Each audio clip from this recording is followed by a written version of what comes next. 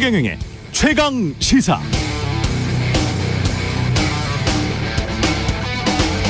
네, 검찰이 더불어민주당 이재명 대표에 대한 구속영장을 청구했습니다. 제1야당 대표에 대한 구속영장 청구는 헌정사상 처음입니다.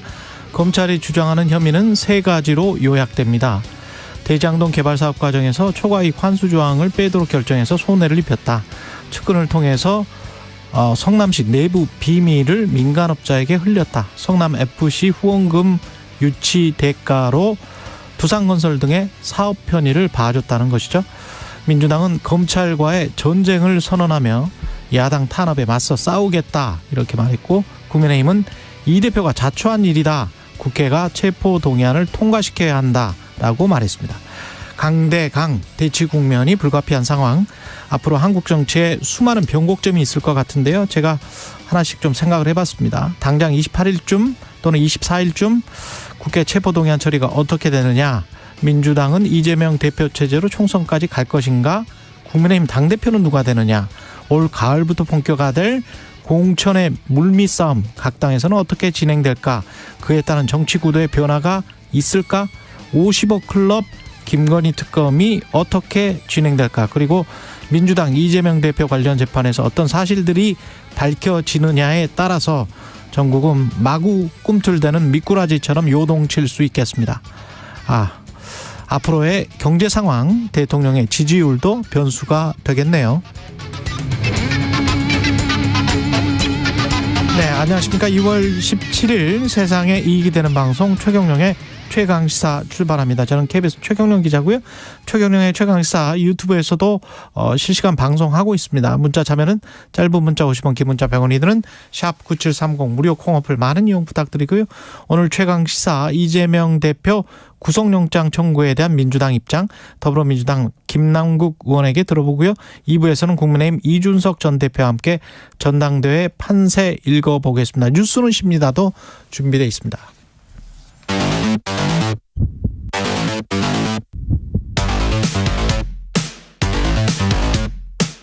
오늘 아침 가장 뜨거운 뉴스 언박싱.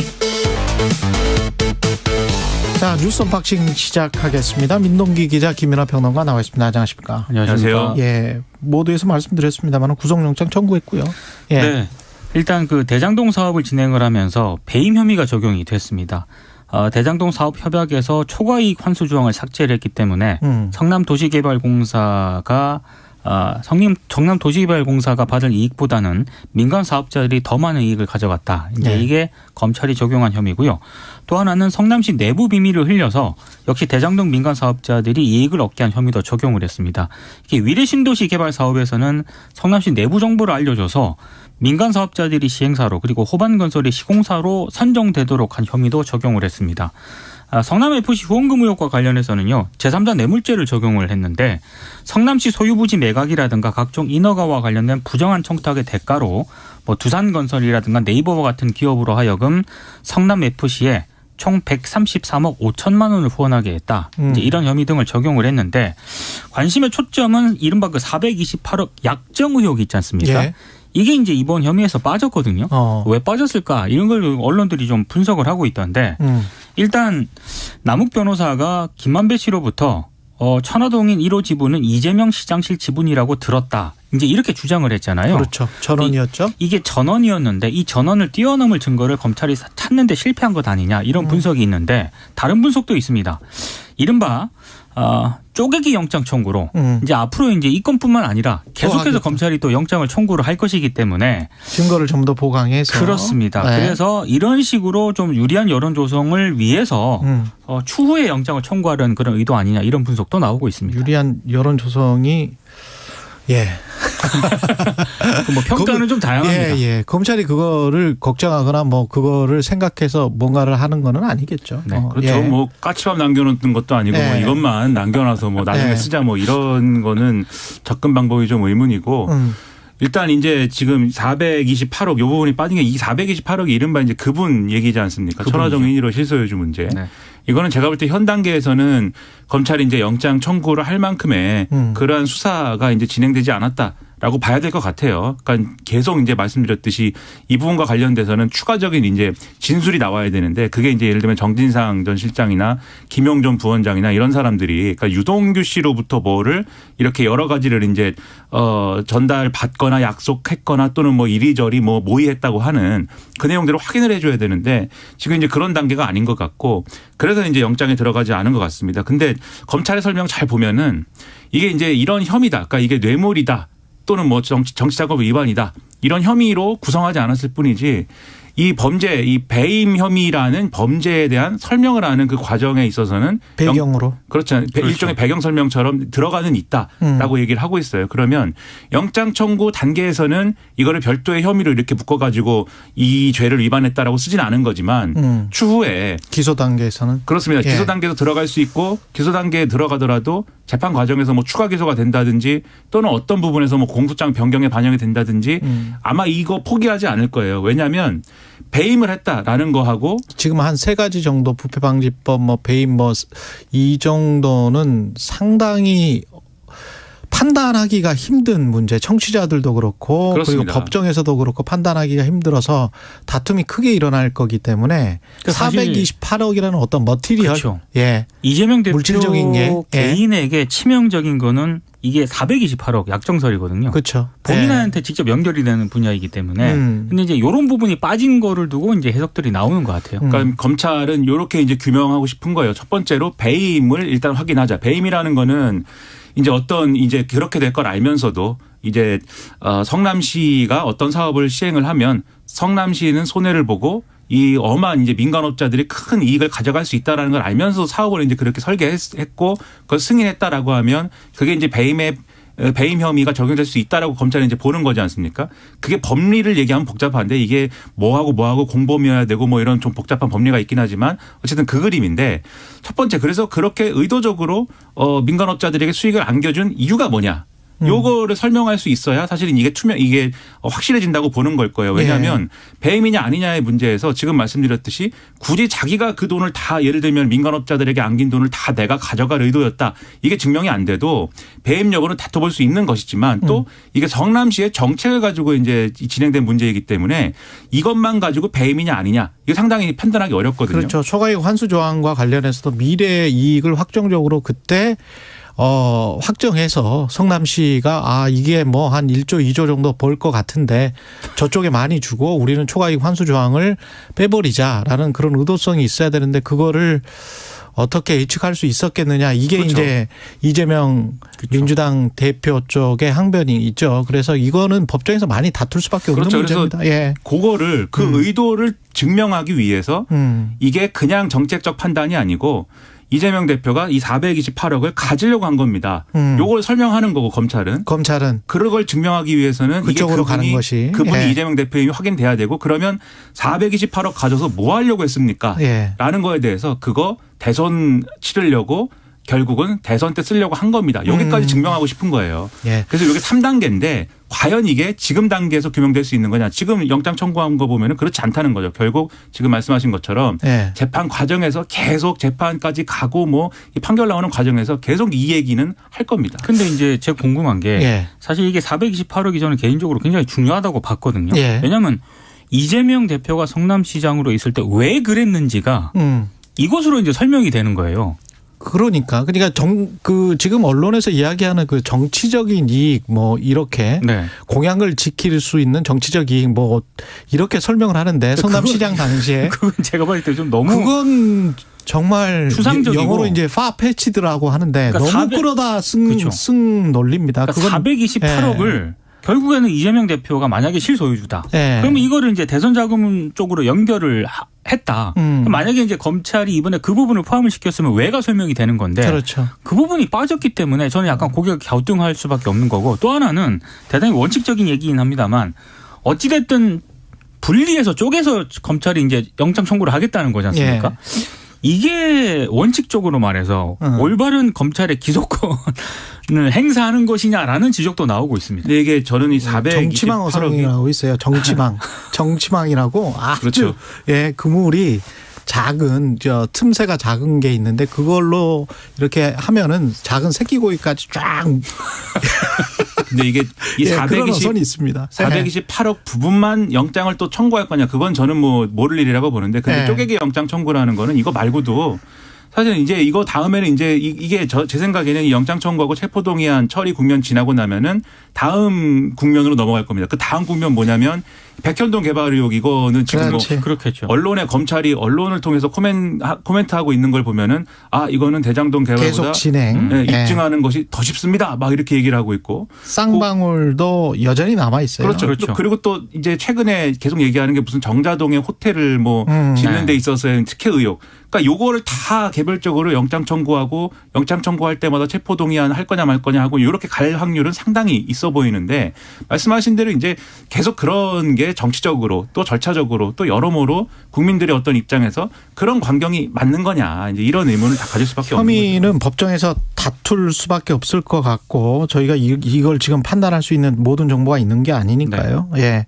그런데 정치권 반응은 그리고 대응은 완전히 극명하게 갈릴 수 있습니다. 여기에 관한 여러 해석을 좀 듣기 전에 이재명 당대표가 긴급 최고위원회에서 한 발언이 있는데 이걸 좀 듣고 이어가겠습니다. 오늘은 윤석열 검사 독재 정권이 검찰권 사유화를 선포한 날입니다. 사사로운 정적 제거 욕망에 법치주의가 무너져 일거수일투족이 지금처럼 생중계되는 제가 가족을 버리고 도주하겠습니까? 인멸할 수 있는 증거가 남아있기나 합니까? 수치스럽기는 했지만 오라면 오라는 대로 검찰의 소환 요구에 응해서 조사에도 성실하게 임해서 조금의 법상식만 있어도 구속 요건이 전무하다는 것을 쉽게 알 수 있습니다. 국민의 고통을 외면하고 국가 권력을 정적 제거에 악용하는 검사 독재 정권은 반드시 국민과 역사의 심판을 받을 것이다. 검사 독재 정권의 헌정 질서 파괴에 의연하게 맞서겠습니다.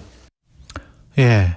검사 독재 정권으로 규정을 했네요. 그래서 오늘 민주당이 국회 총집결을 하는데요. 뭐 국회의원, 지역위원장, 당직자, 보좌진 한 1,500명 정도가 모인다고 합니다. 그래서 구속영장 청구의 부당성을 알리고 김건희 여사 주가 조작 의혹 특검 추진을 또 촉구할 예정이라고 하는데요.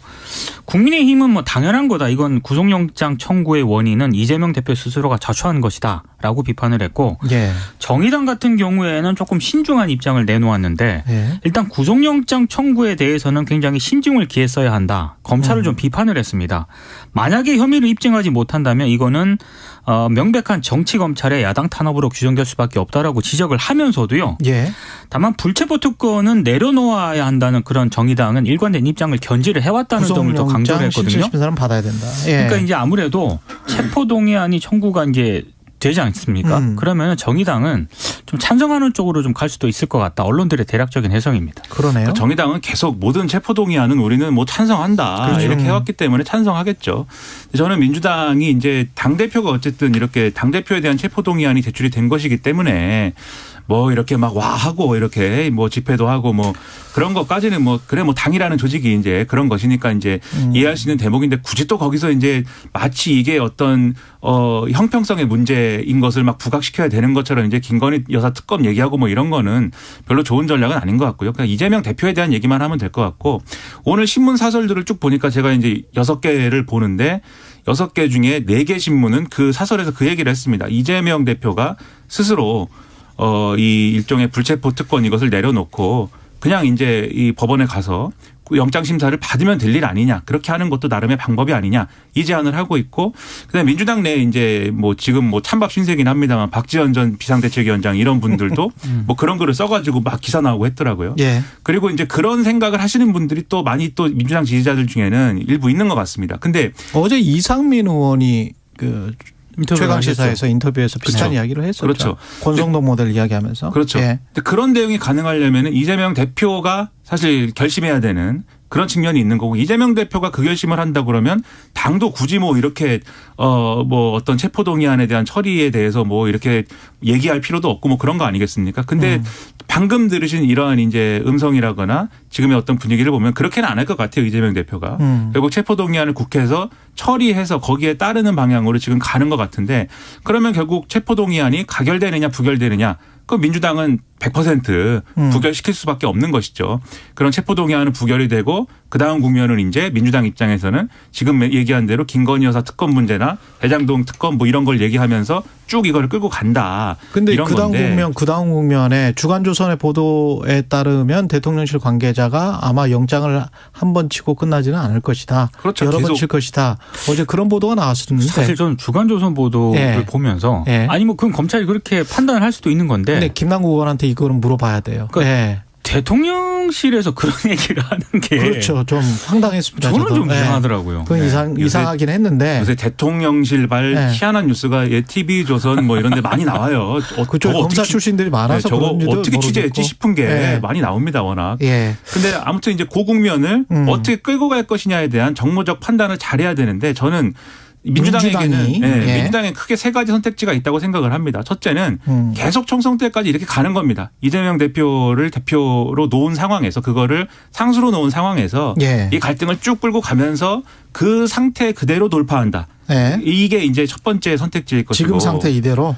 예. 그렇죠. 두 번째 선택지는 체포동의안 뭐 부결까지는 그렇다 치더라도 그럼 예. 이재명 대표가 기소되는 시점이 있을 거 아닙니까? 그렇죠. 이 체포동의안 처리하고 나면 기소가 될 것인데 예. 이 첫 번째 기소 시점에서 그 당원 80조를 적용을 뭐 어떻게 하느냐 마느냐 논란이 좀 있을 건데 그 시점에 이재명 대표가 이거는 어쨌든 기소가 됐으니까 이거 논란 벌이지 말고 당을 위해서 내가 내려놓는다. 대표 내려놓는 방법이 하나가 있어요. 그 시점. 그리고 마지막은 이 주요 사건에 대한 기소가 다 마무리되고 나서 이제는 재판받을 일만 남은 그 시점에 이재명 대표가 이제는 뭐 검찰 수사나 이런 것들은 끝났기 때문에 이제는 재판을 감당하는 것은 내가 하겠다. 그리고 이 부담으로부터 당을 자유롭게 해주겠다라면서 내려놓는 방안.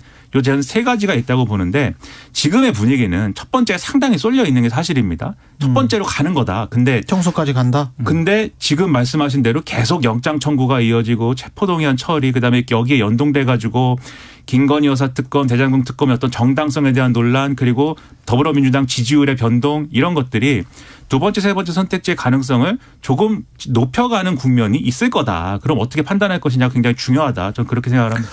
저는 유권자 입장에서 계속 말씀을 드리는데 총선 때까지 또는 어떤 사람들은 대선 때까지 이야기를 하던데 대선 때까지 갈 수도 있다. 물론 판단을 대법원에서 그렇게 할 수도 있겠죠. 대선 때까지 이 상황이 안 끝날 수도 있는데 그래서는 안 된다고 봐요. 그리고 민주당 입장에서 봤을 때도 이걸 김건희 특검이나 뭐 대장동 특검이든 50억 클럽 특검이든 뭔가를 별개 이게 다 별개의 사안들이다. 그리고 이거는 반드시 진실이 밝혀져야 된다.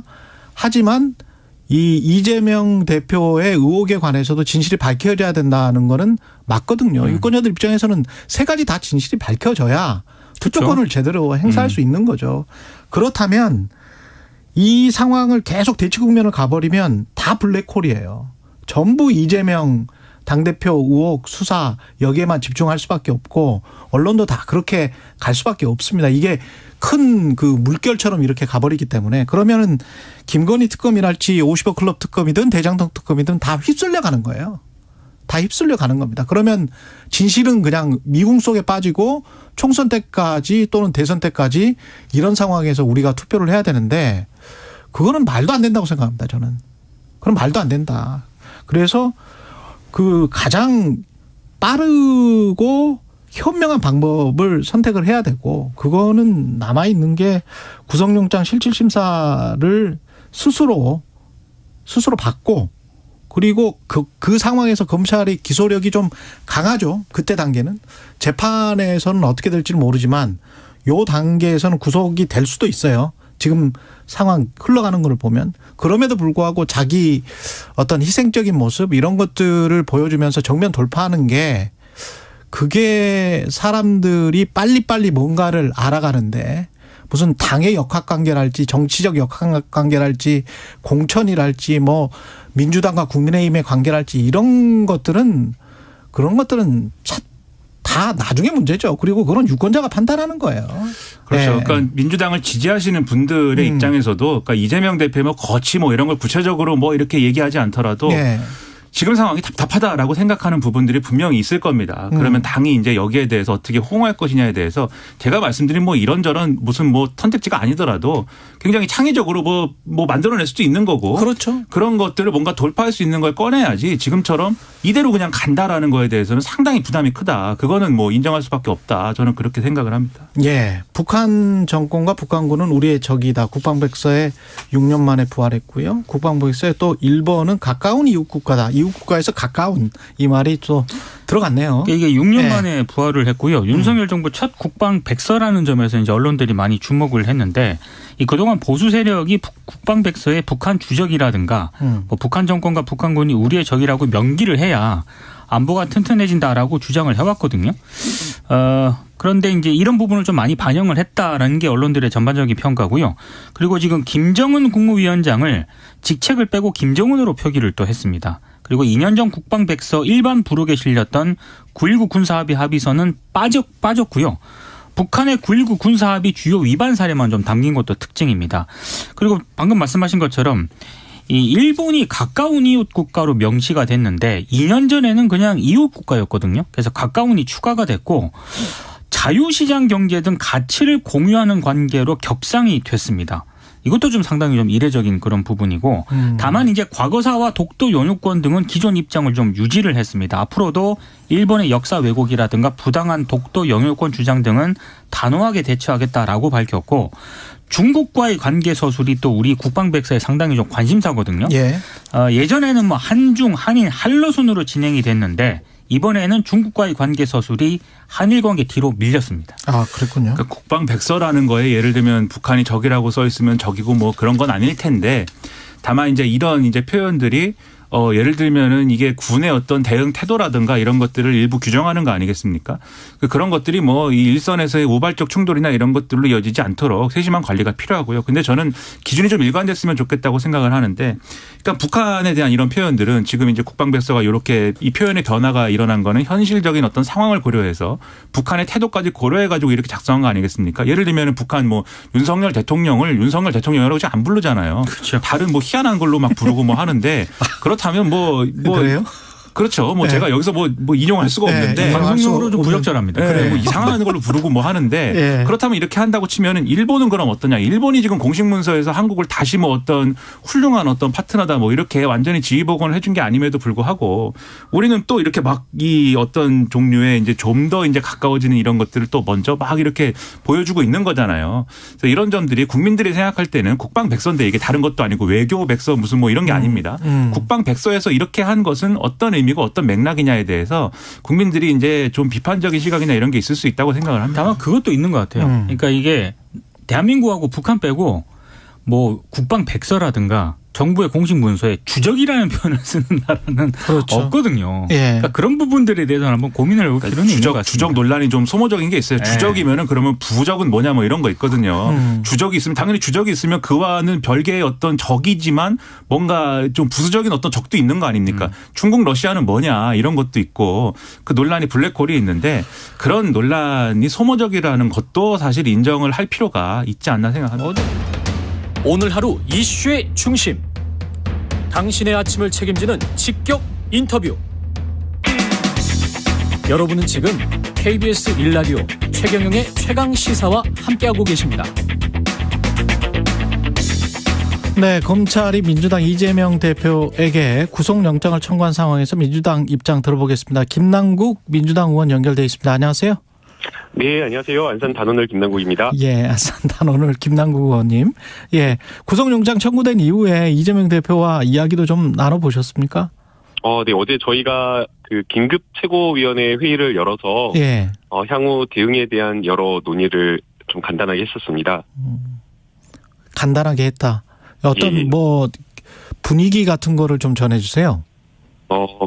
처음에 수사를 할 때부터 조금 더 이른 시점에는 대선 과정에서도 검찰이 이렇게 수사를 할 거다라는 것을 실제 흘렸었고요. 예. 예, 그런 이야기를 처음에 들었을 때는 죄가 없기 때문에 예. 너무나 혐의 자체가 소설 같은 말도 안 되는 이야기여서 그렇지는 않을 거다라고 이렇게 생각을 했었는데요.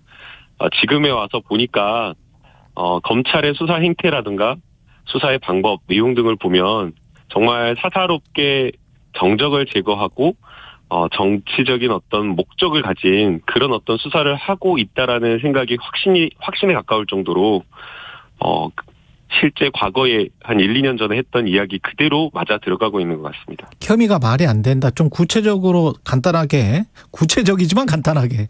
예. 네, 뭐 여러 가지가 있을 수가 있는데요. 예. 가장 먼저는 피의사실 공표와 관련되어서 흘러나왔던 이야기들이 있습니다.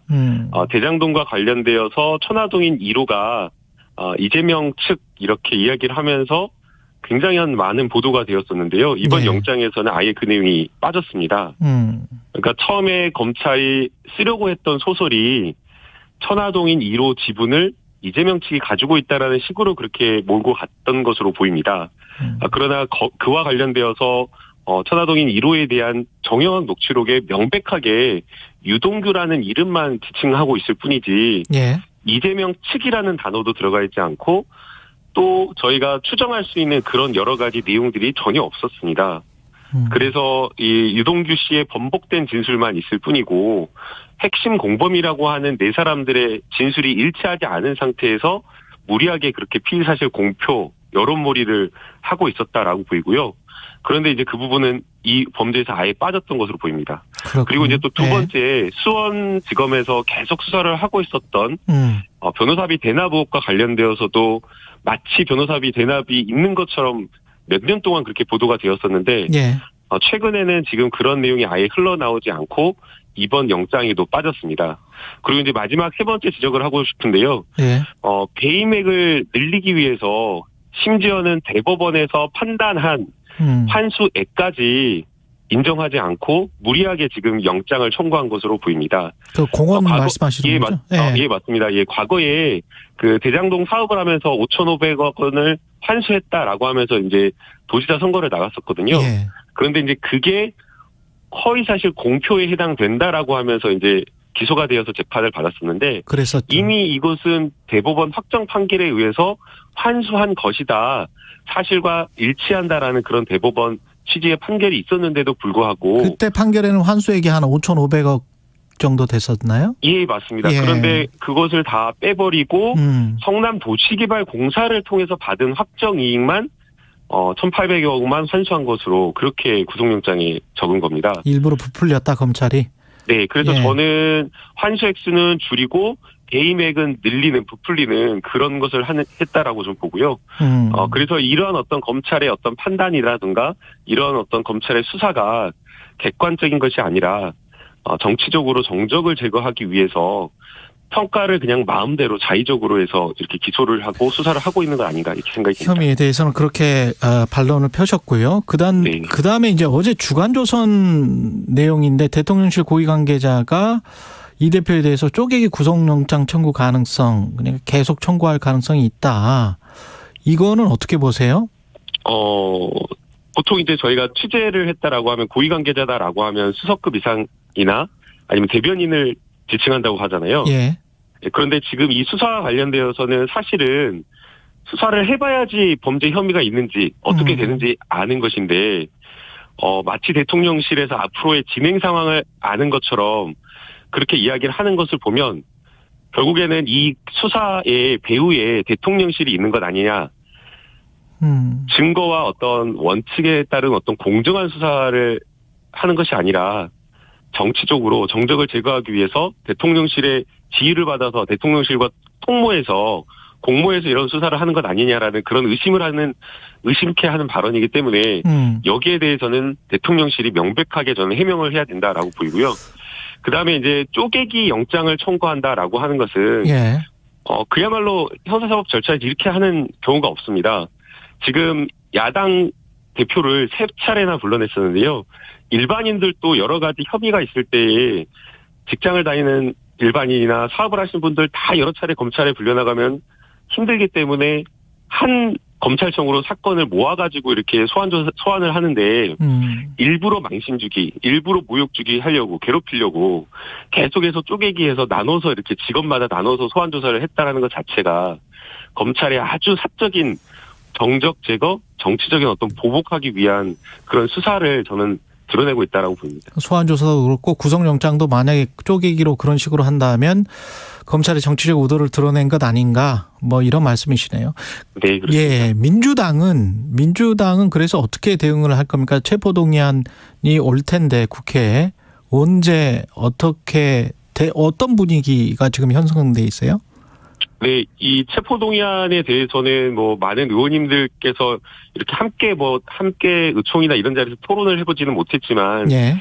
335 이런 저런 분위기라는 게 있지 않습니까? 그래서 이야기를 들어보면 검찰의 현재 수사 자체가 정당성이 없고, 무리한 어떤 정치적 수사, 그리고 혐의 사실이나 내용이나 이런 것들을 보면, 입증할 수 있는 어떤 증거나 이런 것들이 없는 상태에서 번복된 진술이라든지 아니면은 객관적인 어떤 평가를 달리해서 자의적인 어떤 평가를 통해서 기소를 하려고 하는 그런 목적이 보여서 전체적으로는 대부분 다 이렇게 부결적으로 이렇게 가지 않을까 이렇게 보고 있습니다.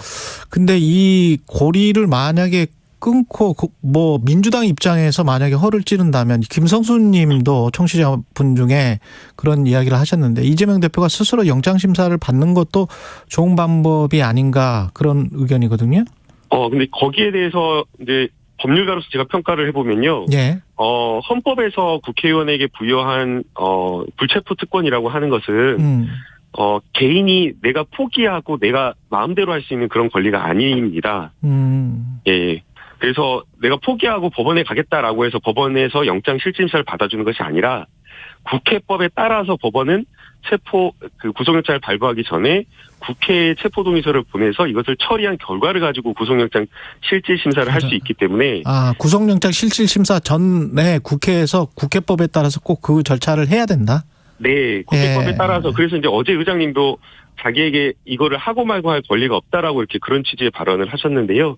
그래서 회기가 열린 상태라고 한다면 이것을 내가 포기하고 나가겠다 이게 되지가 않습니다. 그리고 또 만약에 이재명 대표가 그런 의사나 그런 어떤 생각이 있다고 하더라도 저희 민주당의 대표를 그렇게 하자라고 할 의원들이 저는 많지 않을 거라고 보이고요. 그거는 한다고 해도 저희 의원들이 안 된다라고 이야기할 것이기 때문에 이건 논의하는 것 자체가 법률적으로도 성립되기가 좀 어렵고 예, 의원들도 여기에 대해서 안 된다라고 아마 단호하게 말할 것 같습니다. 예, 여기까지 듣겠습니다. 더불어민주당 김남국 의원이었습니다. 고맙습니다. 네, 감사합니다.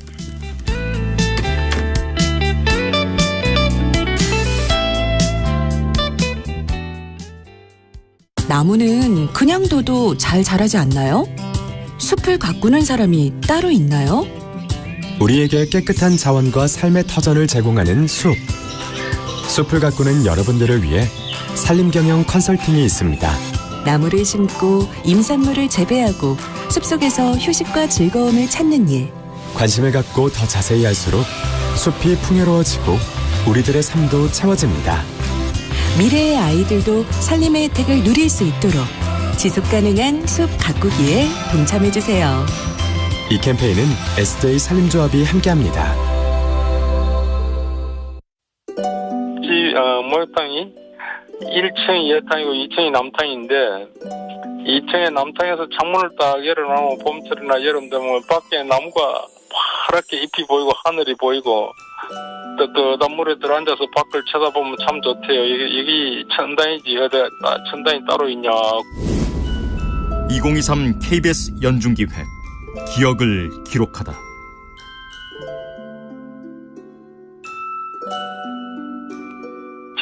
원효로에서 원삼탕을 운영하던 진중길입니다. 한 50년 넘어 될 거예요. 제가 한 지가 34년을 했으니까요, 작년까지. 그때는 워낙 그 위생시설이 열악해가지고 개업식 하는 날 지역 국회의원이 와서 테이프를 끊었대요.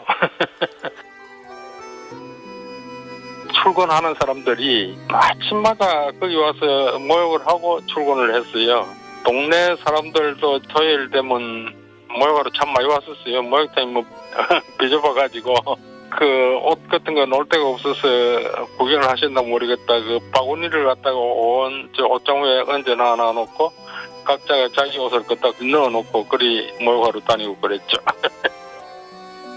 원효로에서 50년 넘은 목욕탕을 운영한 진중길 씨는 기억합니다. 동네 목욕탕은 단순히 목욕만 하던 것이 아니었습니다.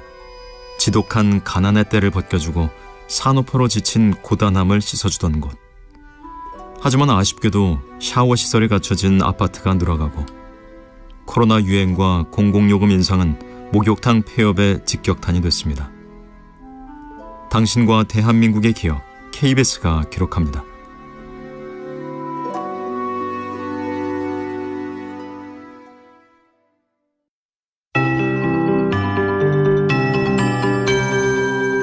KBS 58분 날씨. 이번 주 내내 하늘 표정이 흐린데요. 오늘은 아침 공기도 차갑습니다. 대관령이 영하 8도, 파주와 의성이 영하 5도 안팎까지 떨어졌고요. 서울도 영하 1도 선으로 어제 아침보다 3도가량 낮습니다.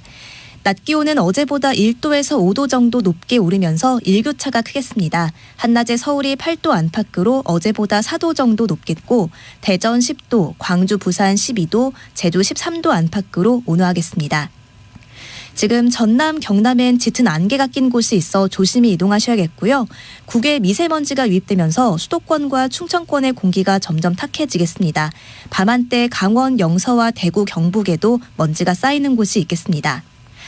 주말까지 추위 걱정은 없지만 전국에 비 소식이 있습니다. 오늘 낮 동안 제주를 시작으로 밤부터 남부지방에도 비가 오겠고요. 그 밖에 전국엔 내일 늦은 오후부터 비나 눈이 시작돼 일요일까지 이어지겠습니다. 비의 양은 전라권과 경남, 제주도에 5에서 30mm, 중부와 경북은 5mm 미만이 오겠고요. 기온이 낮은 강원 북부 내륙과 산지는 최대 3cm의 눈이 내려 쌓이겠습니다. 이 눈비가 그치고 다음 주 초반엔 반짝 추워지겠습니다. 화요일 아침엔 서울이 영하 6도까지 내려앉겠습니다. 지금 서울의 기온 영하 1.4도입니다. 박다효입니다.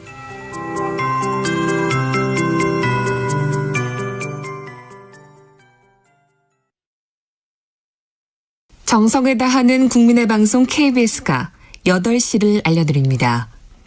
AM 711kHz, FM 97.3MHz, KBS 1라디오입니다. HLKA.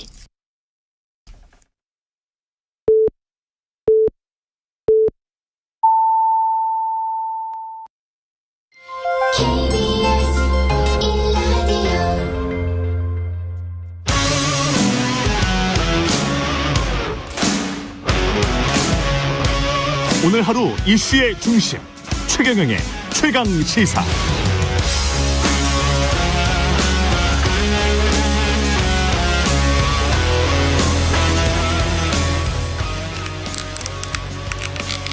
네. 지금 그 이준석 대표가 국민의힘 이준석 전 대표가 오기로 돼 있었는데 좀 늦는 것 같고 전화도 안 받는다고 하는데 예. 지금 혹시 라디오를 듣고 계시면 유튜브나 라디오를 듣고 계시면 전화 좀 받아주십시오. 예. 지금 이준석 전 대표가 오지를 않아서 약간 좀 순서를 바꿔서 진행을 해야 될 것 같고요. 오늘 사실은 이준석 전 대표와 최강 인터뷰 시간에 무려 30분을 잡아놨는데 예. 아직 오지를 않고 있고 전화 연락도 받지를 않고 있습니다. 그래서 약간 좀 순서는 변경을 해야 될 것 같고 지금 진행상 사정으로 일단 노래 한 곡 잠시 듣고 그리고 어떤 식으로 해야 될지 예 협의를 한 다음에 예 다시 알려드리겠습니다. 예 아바의 안단테 예 안단테가 아니고 알레그로로 좀 빨리 좀 와주세요. 예 아바의 안단테 노래 잠시 듣고 오겠습니다.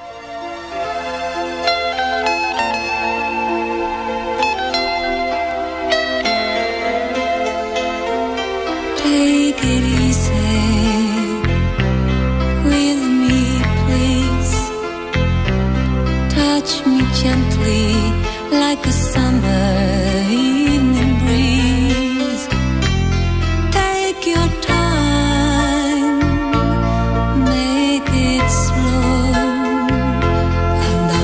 Andante, just let the feeling grow. Make your fingers soft and light. Let your body be the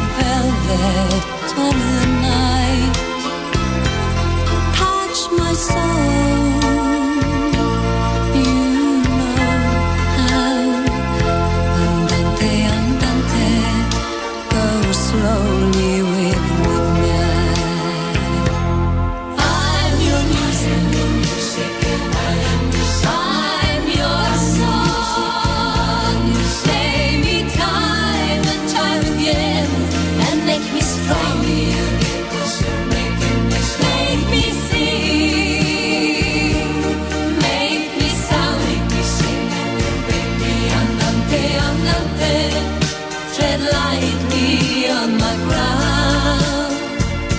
Andante, andante, oh please don't let me down. 여러분은 지금 KBS 1라디오 최경영의 최강시사와 함께하고 계십니다. 네, 전도훈님 최강시사에서 노래를 트네 이준석 전 대표 감사합니다. 이종훈님, 예, 선곡 좋아요. 1715님, 와 최강시사에서 노래를 듣는 시간이 있네요. 마치 티타임 같습니다. 예, 비상이겠지만 비상입니다. 그래서 순서를 좀 바꿨어요. 예, 그 시간에 나와야 되는데 KBS 1TV의 시사 직격, 예, 잘 아시죠? 전혜란 PD가 나오셨습니다. 안녕하세요. 안녕하십니까. 예. 튀르키예 강진 관련해서는 지금 오늘 뉴스도 또 나와 있네요. 네. 한 50여 분 전에 KBS 뉴스 보니까 16일, 현지 시각 16일 또다시 강력한 여진이 발생했는데 5.2, 진원의 깊이가 10km. 이거 참 큰일이네요. 예. 예, 이 5.2도 굉장히 큰 규모잖아요, 그죠? 그렇죠. 강력하죠. 저희가 네네. 저희는 2월 8일부터 저는 14일까지 현지에 있었는데 예. 그 동안에도 크고 작은 여진이 여러 번 있었어요. 다행히 이제 제가 가는 지역에서는 크게 일어나지는 않았어서 뭐 심각하게 그런 피해가 있거나 하지는 않았어가지고 전 굉장히 다행인데 예. 저희가 이제 출국하는 당시 14일도 큰 여진이 있을 거라는 예보가 있었는데도 다행히 출국을 할 수 있어서 굉장히 불안한 상황에서 그렇죠. 갔군요. 네네. 그 공항은 어디를 이용했습니까? 저희는 이제 인천에서 이스탄불 공항에 떨어졌고 이스탄불까지는 괜찮으니까. 예. 거기서부터 이제 육로로 가지안테프라는 지역까지 얼마나 걸려요? 이동을 했고 저희 코디에게 이제 듣기로는 20시간은 예상하셔야 된다 했는데 차로? 그렇죠. 육로로 갈 수밖에 없었고 예. 이제 뚫린 도로로 이용을 하더라도 아무래도 이제 워낙 큰 도시 또 큰 나라다 보니까 그렇죠. 이동 시간이 오래 걸리는데 이제 온전한 그 차로로 이용을 하기 위해서는 이제 우회를 이용할 수밖에 없었어요. 그래서 중간중간에 지진 피해가 좀 있습니까? 네, 도로가 이제 끊긴 상황이 있었는데 저희는 그걸 피해서 가느라 좀 더 시간이 걸렸고 그래서 저희는 결국 한 18시간 걸려서 가지안테프까지 이동한 것 같습니다. 육로로 터키 이스탄불까지 항로로 간 다음에 육로로 그렇습니다. 18시간 정도 거쳐서 그 지역에 가보니까 어떻든가요? 뭐 외신이나 뉴스에서 보신 상황 그대로라고 보시면 될 것 같고요. 네, 뭐 눈만 돌리면은 무너진 건물, 기울어진 건물이 많고 구호 활동이 중장비를 통해서 이루어지는 곳들도 있었고 구호 물자랑 뭐 그런 음식들 나눠주는 자원봉사자들도 굉장히 많아서 좀 아수라장 상태였습니다. 아수라장. 필수적인 사람이 뭐 기초대사라고 하잖아요. 우리가 화장실도 가야 되고 얼굴도 씻고 네네. 밥도 먹고 네. 뭔가 해 먹어야 되는데 전기, 가스, 수도, 뭐 화장실 다 없을 텐데 어떻게 합니까? 그게 가장 불편하다고 토로하시는 주민분들이 많았어요. 예. 네, 일단 생존한 것만으로도 너무 감사하지만 화장실이 없어서 좀 제일 불편하다라는 말씀을 많이 하셨고 그럴 수밖에 없을 것 같아요. 그걸로 인해서 이제 2차 피해 뭐 전염병이나 그렇죠. 식수 이런 거에 대한 좀 걱정을 많이 말씀하시는 분들이 많았죠. 그럼 그 야외에 그 임시로라도 뭔가 화장실 비슷한 것을 건설이나 건축 같은 걸 해놨습니까? 아니면 하려고 준비하는 상황에서 저희가 출국을 했어요. 그럼 취재진은 어떻게 했어요? 저희는 다행히 사실 이제 촬영 장비는 전기가 제일 중요하다 보니까 그렇죠. 이제 충전을 해야 해서 전기가 되는 숙소를 가지안테프에서 다행히 구할 수가 있어서 전기가 되는 숙소가 아직도 있어요? 복구가 된 거죠. 복구가 된 거예요? 가지안테프에 전기 복구가 된 숙소가 있어서 다행히 거기에서 거주를 하면서 이제 시티 지역이 멀리 떨어져 있다고 하더라도 다른 숙소를 잡을 수가 없는 거죠. 그러네. 몇 시간 걸려서 갔다가 다시 몇 시간 걸려서 숙소를 와서 충전을 하고 또 다음 날 이동을 하고 이렇게 계속 활동했습니다. 야, 정말 삶이 엄청나게 피폐해질 수밖에 없는 상황인데 구조 작업은 지금 그때는 구조 작업이 좀 진행됐을 거고. 가셨을 때는 그죠? 네. 지금은 거의 뭐 멈춰 있는 상황이라고 하던데. 제가 돌아본 외곽 지역, 저는 외곽 지역을 위주로 돌았는데 이제 후배 PD가 같이 갔는데 도심을 먼저 가본 친구가 이제 말을 하기는 사실 거기는 구조 활동을 하는 뭔가 중장비나 사람들 소리가 많이 안 들렸다고 해요. 이미 이제 거기는 도심 지역은 구조를 끝내고 구호 활동에 집중을 하는 모습이었고요. 제가 갔던 외곽 지역은 이제 막 중장비로 꺼내고 하는 장면을 볼 수가 있었고 사실 지금 상황에서는 또 현지에서 얘기를 들어보면은 이제 전환을 많이 했다고 하더라고요. 구호 활동 쪽으로. 예. 네네. 생존자 구조보다는. 우리가 재난 시에 사람들은 어떻게 행동을 하나요? 이렇게 서로 도와줍니까? 아니면은 어떤 나라들 같은 경우는 뭐 폭동이 일어나기도 하고 뭐 이랬는데 터키 같은 경우는 어떻습니까? 튀르키예는? 저희가 이제 18시간 걸려서 이제 육로로 네. 이동을 하면서 중간중간 저희도 이제 휴게소에서 쉬잖아요. 네. 그럴 때마다 물건에 제 차 트렁크에 물건을 가득가득 싣고 가는 분들이 굉장히 많았어요. 그러니까 중간에 내려서 이제 물어보면 아, 우리나라랑 뭔가 정서가 비슷한 것 같아요. 네. 뭔가 우리는 다 형제고 가족이고 누구나 그런 상황이 있으면 가서 도와줘야 된다고 생각을 한다. 나는 따뜻하구나, 사람들이. 이번만이 아니라 여러 네. 번 갈 것이다라는 말씀을 하시면서 뭐 필요한 뭐 담요나 거기 굉장히 춥거든요. 그래서 담요나 이런 좀 난방에 필요한 물건뿐만 아니라 중장비를 싣고 가시는 분도 만났어요. 아무래도 이제 구호 활동을 하거나 뭘 들어올릴 때 뭐 3, 4톤 되는 그런 잔해들이 많기 때문에 중장비를 싣고 가요? 중장비를 네. 굉장히 큰 트레일러에 싣고 가는 분도 만났거든요. 대단하네. 네, 그렇게 예. 이제 서로서로를 생각하는 그런 게 있더라고요. 예. 그 어느 정도 복구는 돼 가고 있습니까? 제가 14일에 출국했을 당시에 아직도 외곽 지역은 전기가 다 들어오지 않은 상황이었어서 밤에 좀 굉장히 힘들어하시더라고요. 물론 이제 난방이 잘 안 되는 부분이 있고 밤 되면 이제 불이 없으니 모닥불을 피워 놓으신다거나 아니면 차 그 헤드라이트 있죠. 그걸로 이제 밝혀서 좀 완전 희미한 빛으로 이제 의존을 하시는 거죠, 밤중에는. 그 튀르키예어를 하시지는 않죠. 그렇습니다.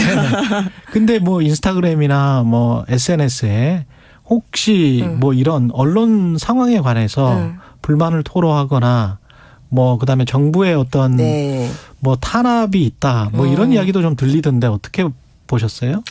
이제 저희 이제 현재 코디네이터 말을 잠시 빌리면 이제 제가 느낀 상황이랑 좀 그러니까 제가 이제 우리나라에서 느낀 상황이랑 비슷한 것 같아요. 이제 시골로 가면 아이고 나란 일 하는데 그럴 수도 있지 약간 이런 정서가 좀 있잖아요. 네, 그렇죠. 이제 그런 것들이 제가 다닌 외곽 지역의 주민들에게도 조금 보였거든요.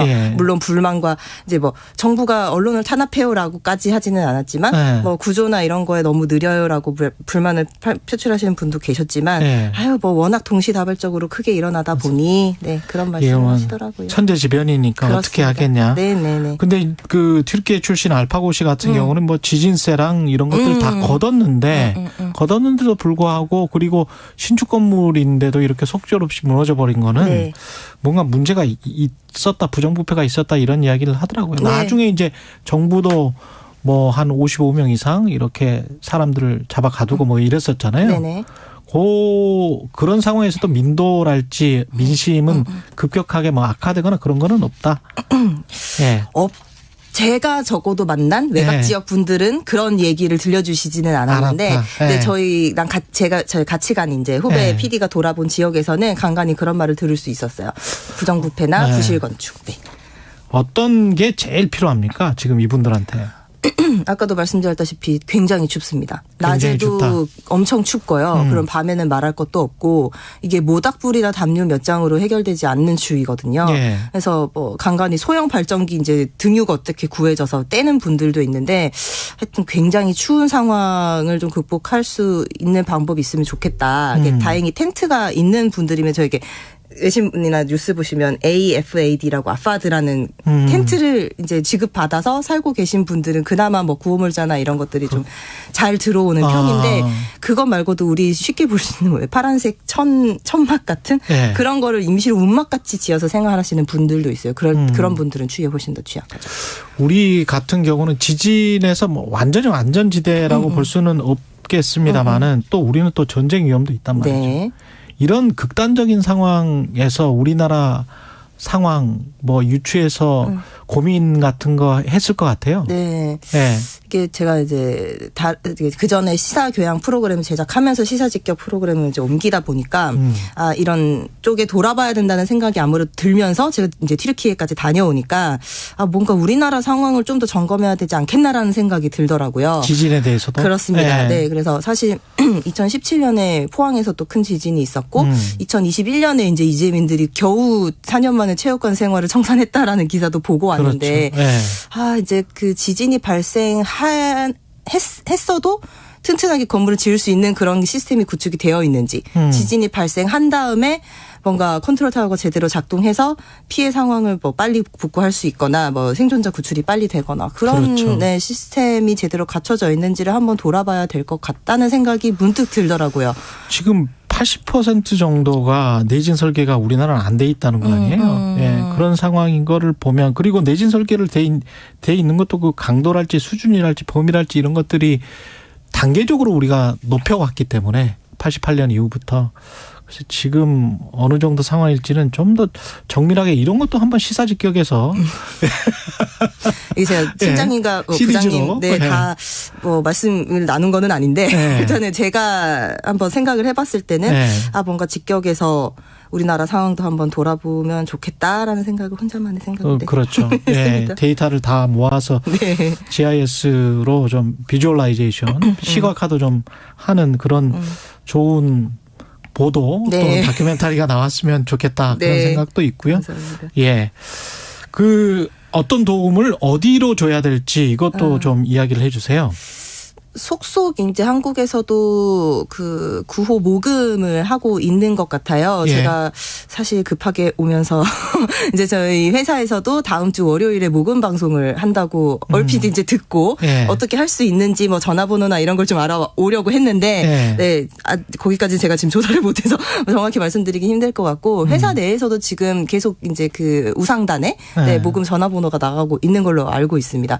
그리고 아마 많은 국내 구호 단체들이 뭐 물건이나 이런 걸 속속 받고 있는 것 같아요. 그러면은 대표로 해서 이제 항로로 TQ로 보내고 필요한 지역으로 전파를 하지 않을까 싶습니다. 지금 전혜란 PD가 취재한 내용이 오늘 밤 KBS 1TV 10시 네. 예, 시사직격. 네. 예.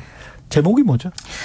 저희가 어젯밤에 네, 했는데 예. 사투 튀르키예 시리아 대지진 현장을 가다 이렇게 현장을 정했습니다. 가다. 예. 현장을 가서 체험을 하고 돌아온 예, 현장을 보고 돌아온 KBS 시사직격의 전혜란 PD였습니다. 고맙습니다. 감사합니다. 최경영의 최강시사는 여러분과 함께합니다. 짧은 문자 50원, 긴 문자 100원이 드는 샵 9730. 어플 콩과 유튜브는 무료로 참여하실 수 있습니다.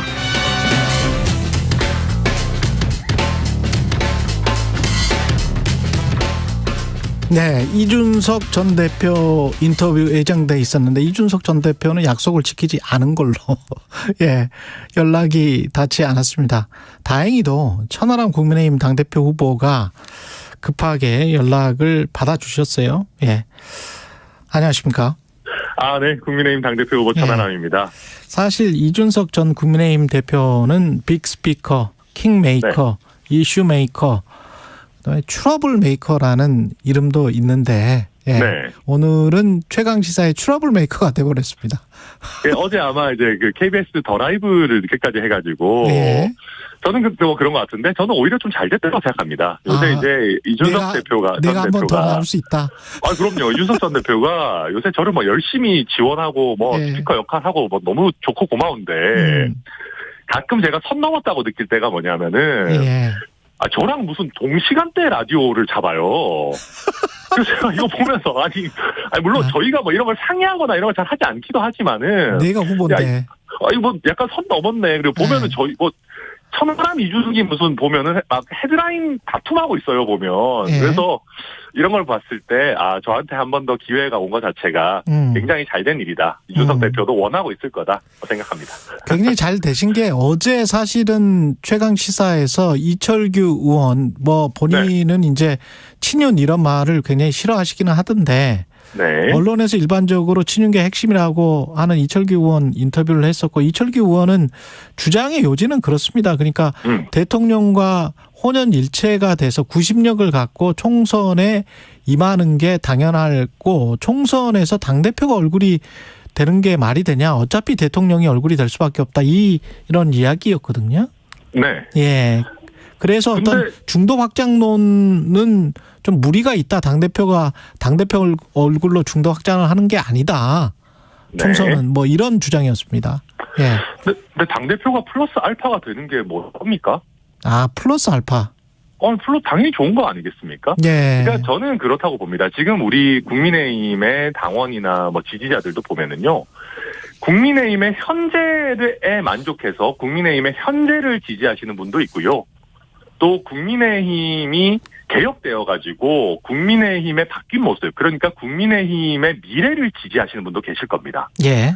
내가 지금의 국민의힘 뭐 과거의 어떤 구태 정치, 개파 정치 하는 거는 마음에 안 들지만은 그래도 이 당에는 천하람, 이준석 같은 뭔가 개혁 세력이 있다, 미래가 있다. 그러면 내가 민주당이나 정의당 지지로 넘어가지 않고 여전히 국민의힘의 힘을 좀 더 실어줘야겠다라는 판단하실 국민 많으실 거거든요. 예.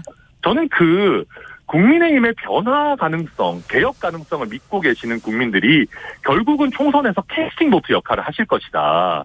저희가 이분들을 배제하고 그냥 무조건 대통령과 윤핵관들이 하고 있는 현재 행태에 만족하는 국민들만 안고 간다면은 저는 뭐 수도권은 말할 것도 없고 PK, TK에서도 굉장히 큰 위기를 맞을 거라고 봅니다. 예. 그때 그 최강시사 인터뷰에서 천하람 후보가 당의 스펙트럼이 대통령보다 넓어야 한다 이 말을 했잖아요. 그럼요. 제 말씀의 취지도 그런 겁니다. 그런 거였죠. 근데 이제 어제 이철규 의원은 그게 아니고 대통령의 스펙트럼이 당의 스펙트럼보다 넓어야 한다 이렇게 주장을 하더라고요. 말이 되는 소리입니까 그게? 말이 안 돼. 왜 말이 안 되나요? 말이 안 되잖아요, 그거는. 그러니까 자, 한번 봅시다. 대통령은 물론 국민의 대표로 우리가 선출하고 뭐 우리 국가의 원수이지만은 죄송하지만은 한 사람이고 의견이 하나인 겁니다. 대통령실에 많은 분들이 근무한다고 하지만 그분들은 수백 명이고 정부에 있는 공무원 다 합쳐봤자 우리 전체 국민의 비율에 비하면 아무것도 아닙니다. 그런데 우리 정당이라는 것은 대한민국 정치라는 것은 5천만 국민을 대표해야 된다는 것이거든요. 예.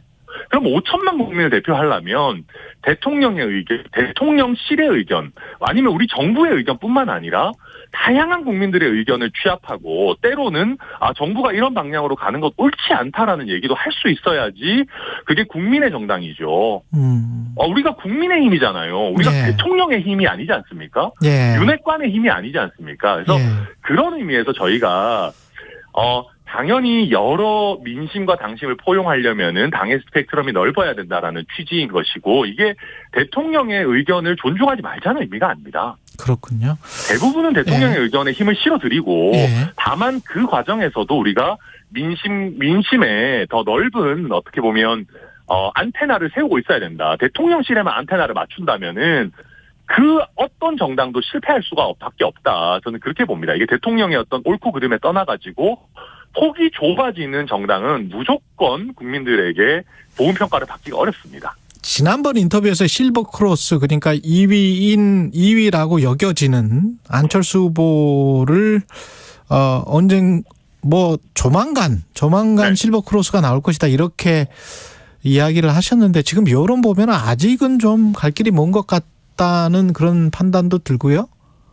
근데 저는 그 여론조사 같은 경우에는 뭐 조금 그런 부분이 있을 수 있겠죠. 아무래도 이제 안철수 후보가 저보다 인지도가 높으신 부분인 거는 확실하니까요. 근데 저는 만약에 오늘 당원 투표를 한다라고 생각하면 제가 안철수 후보에게 질 것 같다고 생각되지 않습니다.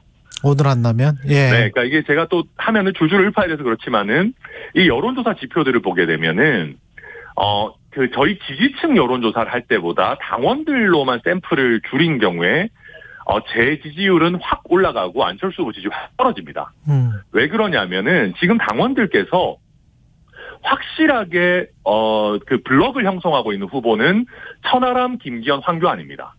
뭐 황교안 후보 같은 경우에는 조금 이렇게 약간 아주 전통적이고 약간 이제 좀 센 지지층에서 지지를 하시는 것일 것이고 뭐 김기현 후보 같은 경우에는 이제 약간 뭐 이렇게 윤핵관 이런 것 하더라도 안정적으로 가야 된다라는 분들. 저 같은 경우에는 당이 개혁해야 되고 과거의 잘못을 반복하면 안 된다는 분들로 블럭이 딱 나눠져 있어요. 근데 문제는 안철수 후보 같은 경우에는 여론조사에서는 인지도가 높기 때문에 꽤 나오실지는 모르지만은 어떤 당원들이 선택해야 될지가 지금 애매합니다. 쉽게 얘기해서 당원들 중에 누가 안철수 후보를 뽑을지 모르겠습니다. 안철수 후보의 스탠스가 그만큼 불분명하기 때문인 것이거든요. 그래서 저는 당원 투표를 염두에 둔다면 이미 실버크로스는 사실상 와 있는 상황이고 다만 여론조사 지표에서 이게 확인될 때까지는 조금 시차는 있겠지만 멀지 않았다. 뭐 그렇게 봅니다. 김기현 후보는 지금 내년 총선에서 안철수, 나경원, 유승민, 이준석 필요하면 선거대책위원장, 지역선대위원장 맡기겠다. 이렇게 다 포괄해서 포용의 정치를 하겠다. 그런 이야기인 것 같은데 네. 여기에 또 천하람 후보는 좀 빠져서 섭섭할 것 같습니다. 저는 근데 네. 그런 말씀 하시기 전에 좀 죄송한데요. 예. 유승민, 나경원, 이준석 입장은 물어봤습니까? 그러니까 이게 지금 어떻게 보면은 윤핵관이라는 이름으로 주류라는 이름으로 비주류를 단순히 그냥 당내의 비주류로 격화시키는 게 아니고 예. 완전히 배제하고 배척하는 그런 마이너스의 정치를 이미 해놓고 이제 와가지고 내가 먼저 품 넓게 끌어안겠다. 아니 이거는 오히려 이분들을 이용하는 거다. 다시 한번. 예. 2차 3차 가해 아닙니까? 그러니까 만약에 그렇다면은 우리 당이 유승민을 배제하기 위해서 룰을 100%로 바꾼 것에 대해서 또 나경원을 이렇게 배척하기 위해서 집단적으로 가해를 한 것에 대해서 또 이준석 대표에 대해서 명분 없이 이렇게 절차를 제대로 거치지 않고 쫓아낸 것에 대해 가지고 제대로 된 반성과 사과를 하고 나서 이분들을 우리가 다시 우리 당의 소중한 자원으로 삼겠다라고 해야 되는 것이지 예. 제대로 된 반성과 사과도 없이 나중에 총선 때는 이 사람들 필요할 것 같으니까 이분들 오셔가지고 장식품 역할을 해주십시오. 포장지 역할을 해주십시오라고 하는 거는 우리 당의 굉장히 큰 정치인인 유승민, 나경원, 이준석을 오히려 욕보이는 것이거든요. 예. 저는 제대로 된 입장 표명 없이 이런 얘기 해서는 안 된다고 봅니다. 토론회에서 지난번 TV 토론회에서 김기현, 천하람 후보는 윤심이 있다라고 했고 안철수, 황교안 후보는 윤심이 없다라고 했는데 네. 안철수 후보는 왜 윤심이 없다라는 거예요? 황교안 후보. 죄송한 말씀인데 예. 이건 거짓말 하신 거라고 생각합니다. 거짓말이다. 예. 네, 눈 가리고 아웅한다고 생각하고요. 아니 대통령실에서 다른 사람도 아니고 안철수 후보를 겨냥해가지고 대통령의 적이라고까지 했는데 예. 윤심이 없다라는 게 과연 어떻게 설명이 되겠습니까? 안철수 후보의 얘기는 본인에게 유리한 윤심이 없다는 얘기겠죠.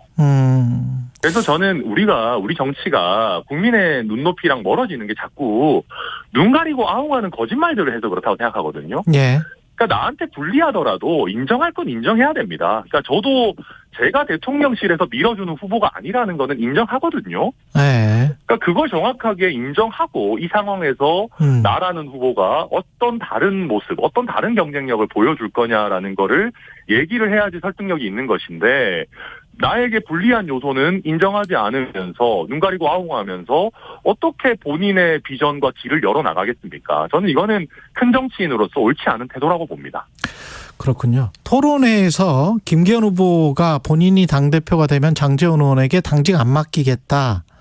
이 발언은 이것도 눈 가리고 아웅인가요? 그럼요. 지금 장제원 의원이 당직이 있어서 윤핵관입니까? 지금도 다 국민 공감 주도하고 다 권력 줄 세우기 하면서 당에 엄청난 영향력을 끼치고 있다는 거 다 알잖아요. 예. 그러니까 그런 상황에서 고작 당직을 주지 않을 거니까 문제 없다라고 얘기하는 것은 역시나 또 다른 눈 가리고 아웅이다 그렇게 생각합니다. 만약에 결선에 일단은 갈 수 있다라고 생각을 하세요? 그것부터 여쭤볼게요. 네, 저는 오늘 투표를 하더라도 결선 간다고 봅니다. 제가. 만약에 죄송한 말씀입니다만 못 가면 네. 예, 김기현 안철수가 가면 어떤 특정 후보를 지지합니까? 혹시 안철수 후보를 지원합니까? 저는 그럴 생각이 사실 전혀 없습니다. 전혀 없다. 네, 저는 죄송한 말씀이지만 기존에도 말씀드렸지만 둘 중에 한 분을 제 한 표를 드리기도 솔직히 마음이 안 갑니다. 그런 상황에서 제가 저희 지지층에게 두 분 중에 한 분을 선택해달라고 할 생각은 전혀 없습니다. 천하용인이 4명은 이준석 전 대표의 그림자 안에 있는 겁니까? 아니면 벗어나 있는 겁니까? 벗어나고 있는 겁니까? 저는 우선 어제 제 호남 연설을 한번 들어봐 주셨으면 좋겠습니다. 예. 그러니까 저는 저만의 매력과 색깔을 가지고 또 저만의 정치적인 커리어가 있는 독립된 정치인 천하람입니다. 그래서 여러분들께서 한번 제 정치적인 어떤 행보들이라든지 이런 걸 보시고 한번 평가해 주셨으면 좋겠다 생각하고요. 예. 물론 이 천하용인 모두 다 당이 개혁되고 변화되어야 되고 과거의 계파 정치로 돌아가서 안 된다는 점에서 이준석 대표 또 유승민 전 대표의 어떤 그런 방향성에 당연히 공감하고요. 또 그분들이 먼저 시작했기 때문에 그분들이 그늘이 어느 정도 있다는 것도 뭐 인정합니다. 그렇지만은 저희가 또 다른 매력 또 저희만의 어떤 그 개성으로 더 능가해야 되겠다. 청출어람해야 되겠다. 다 그런 각오로 뛰고 있습니다. 예, 여기까지 듣겠습니다. 오늘 이준석 전 대표 인터뷰 예정돼 있다고 예고까지 드렸는데 계속 연락이 닿지 않아서 예, 천하람 국민의힘 당대표 후보와 인터뷰 진행했습니다. 고맙습니다. 아유, 네, 감사합니다. 예, 청취자 여러분께는 죄송하고요. 지금까지 예, 천하람 국민의힘 당대표 후보였습니다.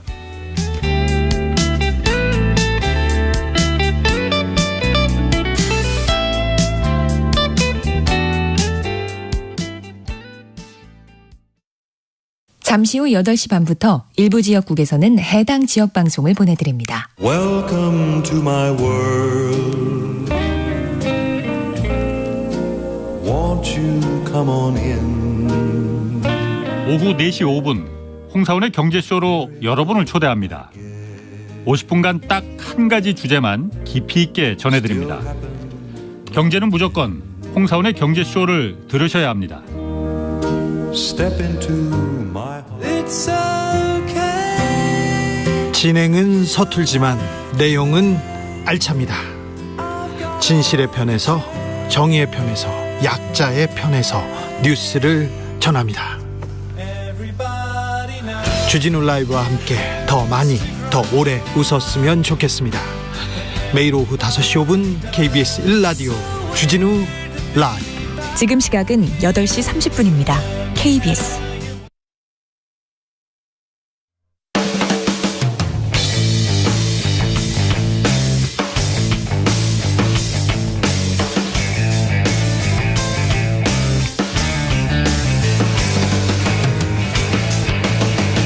최경영의 최강 시사.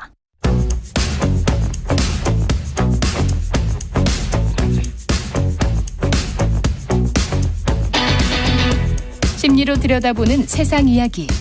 뉴스는 심리다.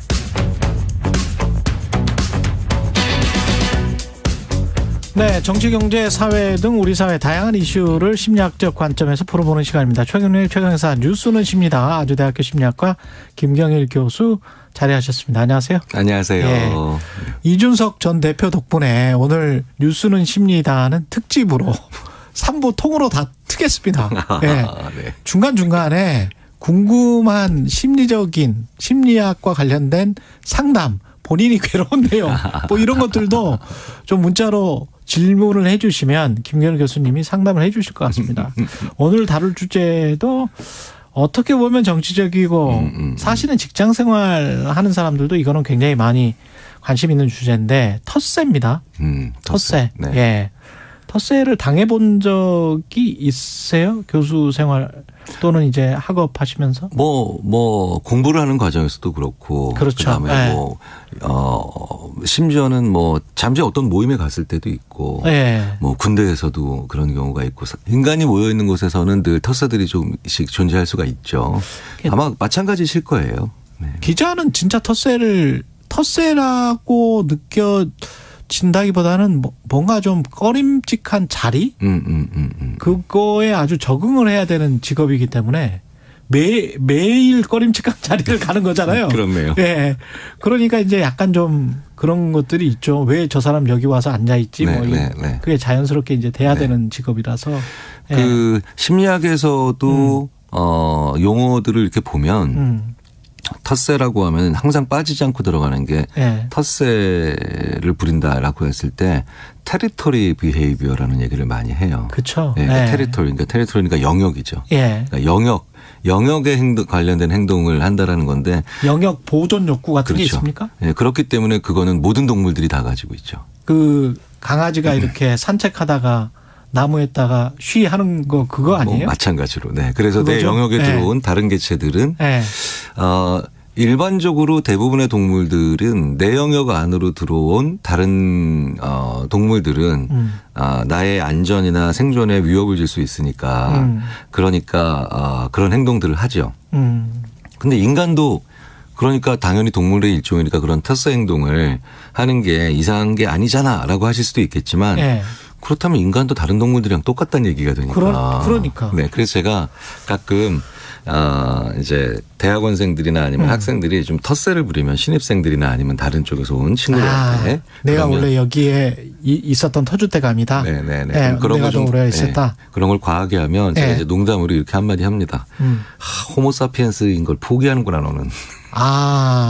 이게 동물이구나. 네네. 그러니까 약간 또 이제 이렇게 넌지시 제가 이제 한마디 하는 경우가 있는데 텃세라고 하는 것이 없을 수는 없죠.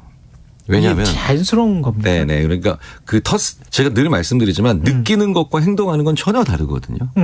그러니까 내 영역으로 새로 들어왔네라고 하면서 불편감을 느끼는 것 자체는 거의 대부분 상당히 많은 사람들이 하는 건데요. 그렇죠. 문제는 텃세를 부린다. 그러네. 네, 행동하는 건 전혀 별개의 문제예요. 제가 늘 말씀드리죠. 그러네요. 네네. 생각해보니까 뭐 단어에서도 이방인, 스트레인저라는 말이 있는 거 보면 이방인이 아닌 거기에 원래부터 살았던 사람들 이게 이제 반대되는 개념이 이방인이잖아요. 네네. 네. 그러면 이제 근본적으로 그 불안감이나 아니면은 뭔가 불편감의 핵심은 뭘까? 그걸 살펴보면 이렇게 새로 들어온 사람으로 인해서 내가 지금까지 늘 계속해서 일상적으로 해왔던 것들이나 아니면 익숙해져 있던 것들 중에 어느 것 하나가 깨질 거다. 즉 변화에 대한 두려움. 그렇구나. 네, 변화에 대한 두려움이나 변화에 대한 거부감들이 그렇겠습니다. 대부분 텃세를 만들거든요. 대부분 근본적으로는 거기에 있다고 생각합니다. 그래서 변화를 두려워하는 조직. 사실은 변화를 입으로 외치고 있지만, 근데 변화가 두려운 조직. 혹은 그 변화가 결국은 새로운 변화가 결국은 나에게는 불리할 거라고 생각하는 사람들이 많은 조직 혹은 그런 사회 그런 데서는 텃세가 굉장히 심하죠. 별로 안 좋은 거네요. 네. 그래서 제가 이렇게 군을 보면요. 예전에는 그래서 군에 그렇게 텃세가 심했었어요. 군에서. 네. 그런데 최근에 보면은 군의 지휘관들께서 변화를 잘 만들어내고 변화에 대한 그런 그 적응도를 높인 그런 그 부대에 가보면 새로 전입 온 어떤 장교나 아니면 부사관들, 그러니까 간부들이 오면 의외로 저 친구한테 우리가 어떻게 맞출까? 이런 생각을 하는 아주 현명한 분들이 많이 있는 그런 부대도 가끔 봐요. 그런 것을 뭐라고 하느냐. 그게 기업이든 군이든 사회든 뭐 심지어 정당이든 제가 자주 말씀드리는 문화지능이 높은 조직이다. 문화지능이 높다. 그런데 21세기의 4차 산업혁명 시대의 심리학자들이 굉장히 강조드리는 게 문화지능이 높은 조직이 반드시 성공하고 문화지능이 떨어지는 조직은 이제 굉장히 어려워진다라는 게 그러니까 자기들끼리만 살려고 하는 거군요. 그렇죠. 소가 새로 들어왔을 때 대가 우리한테 빨리 적응해. 이게 문화지능이 떨어지는 거고요. 그다음에 소가 새로 들어왔는데 이 소를 위해서 소와 함께 잘 화합하기 위해서 우리가 어떻게 살짝 변화를 만들어낼까. 왜냐하면 소가 해야 되는 적응의 양은 엄청나게 많거든요. 그런데 이 소를 위해서 대는 조금씩 많은 사람이기 때문에 오히려 조금씩만 변하면 변화량이 크게 되거든요. 그래서 제가 예전에도 한번 말씀드린 기억이 있는데 며느리가 우리 집안에 잘 적응하게 하려면 어떻게 해야 됩니까? 이건 문화지능이 좀 떨어지는 시아버지고요. 그러네. 며느리가 이제 우리 집에 또 새로운 일원이 됐으니까 우리 기존의 가족들이 우리 며느리를 위해서 어떻게 적응을 하면 될까요? 어떤 행동의 변화를 만들어야 될까요? 이렇게 물어보시는 시아버지는 이제 심리학자들의 입장에서 보면 문화지능이 높은 분이죠. 생각을 해보니까 권력이 있는 사람이나 권력이 있는 집단 조직이 텃세를 더 부릴 가능성이 있겠습니다. 왜 그러냐면 물론 권력 자체가 없을 수는 없죠.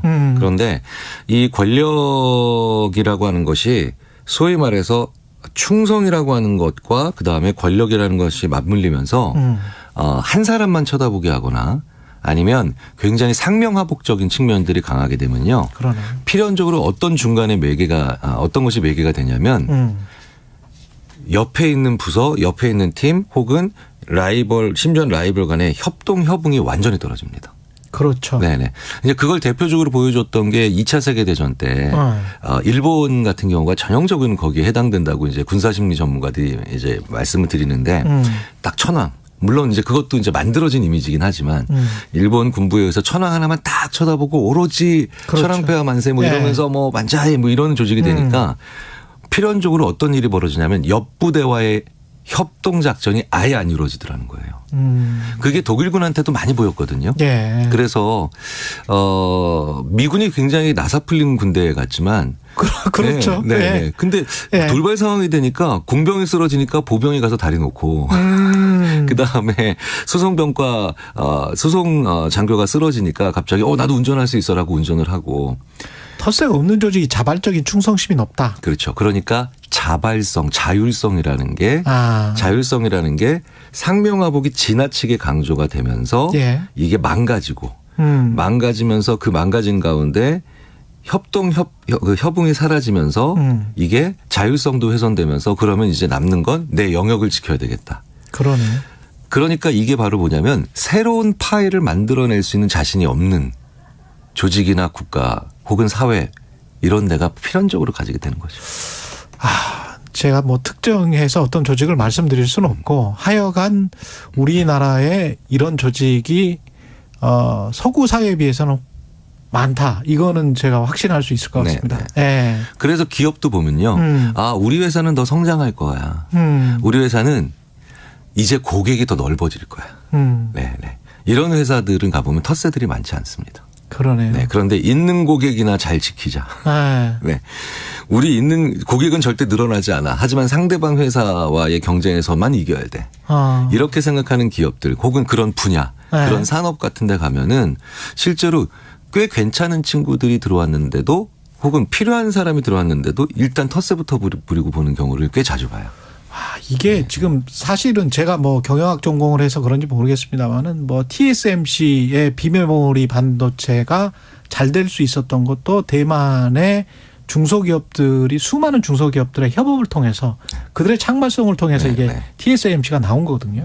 그런데 우리 같은 경우는 수직 계열화 된 거잖아요. 삼성뿐만이 아니고 모든 기업들이 수직 계열화 되다 보니까 위만 계속 쳐다보고 저 위에 꼭대기에 발주처가 어차피 자기 회사 사람들이니까 계열사가 그렇게 움직이다 보니까 다른 곳과의 협조랄지 협업이랄지 이런 게 조금 좀 서툴지 않나 그런 생각이 드네요. 네. 네. 그래서 이것을 뭐 경영학 말씀을 하셔서 잠시 그쪽과 관련된 말씀을 드리자면 그래서 리더가 자 절대 지키자 반드시 잃으면 안 된다 뭐 이런 메시지를 너무 많이 강조를 하게 되면 조직 자체가 필연적으로 텃세가 좀 심해지게 된다는 게 그런 과정을 거치는 경우가 많죠. 그래서 우리가 리더십에서 뭐 다들 많이 말씀하지만 좀 확장된 가치 앞으로 이렇게 새롭게 나가자라고 하는 그런 새로운 비전들이 왜 늘 강조가 되냐면 그게 조직에 장기적으로 봤을 때 필요한 사람이 왔을 때 그 사람을 내치지 않고 그 사람을 잃지 않기 위해서도 반드시 필요한 겁니다. 그렇군요. 텃세가 사실은 부리는 게 또 더 동물적이라는 것. 그 처음에 말씀이 굉장히 좀 충격적이었는데 그 질문들도 굉장히 많이 들어와 있습니다. 그 질문들 좀 소화하기 위해서 노래 한 곡 듣고 그리고 다시 돌아오겠습니다. 이거는 알람 파슨스 프로젝트의 Eye in the Sky는 교수님이 소개해 주셨죠. 전 이 노래 참 좋아하는데 일단 제목이 하늘에 있는 눈이잖아요. 그러네요. 하늘의 눈인데 살아가면서 뭔가 조금씩 내가 잘났다. 내 판단만 맞다라는 생각이 들 때마다 그냥 이 제목 내용은 가사가 완전히 일치하지는 않지만 이 노래 들으면서 좀 저 위에 겸손해지려고 하는 그런 생각을 가져봅니다. 알겠습니다. Eye in the Sky 알람 파슨스 프로젝트의 노래 듣고 그리고 교통 정보까지 듣고 다시 돌아오겠습니다. Tables instead. You've taken lots of chances before, but I ain't gonna give any more. Don't ask me, that's how it goes. 'Cause part of me knows what you're thinking. Don't say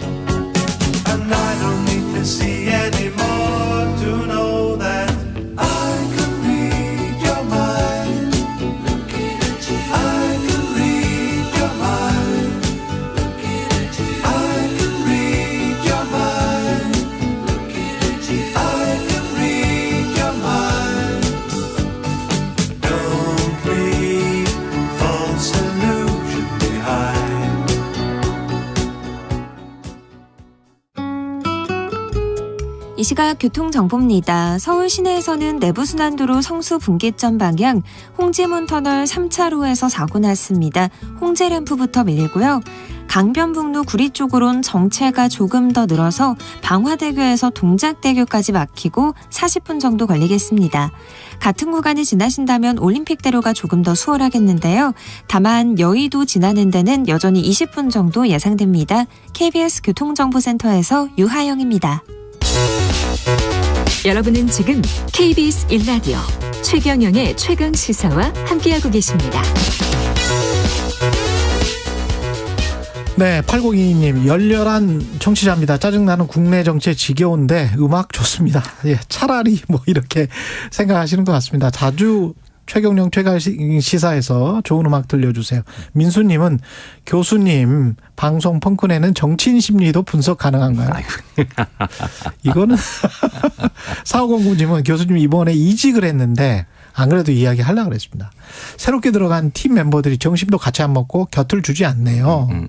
무시하려고 해도 외롭고 고립된 느낌이 드는 건 어쩔 수 없는데요. 시간이 약일까요? 이런 말씀하셨습니다. 4509님 질문부터 먼저 받죠. 이직을 했는데 잘 안 받아준다 팀원으로. 그 이직을 한 분들이 취하시면 좋은 행동이 있어요.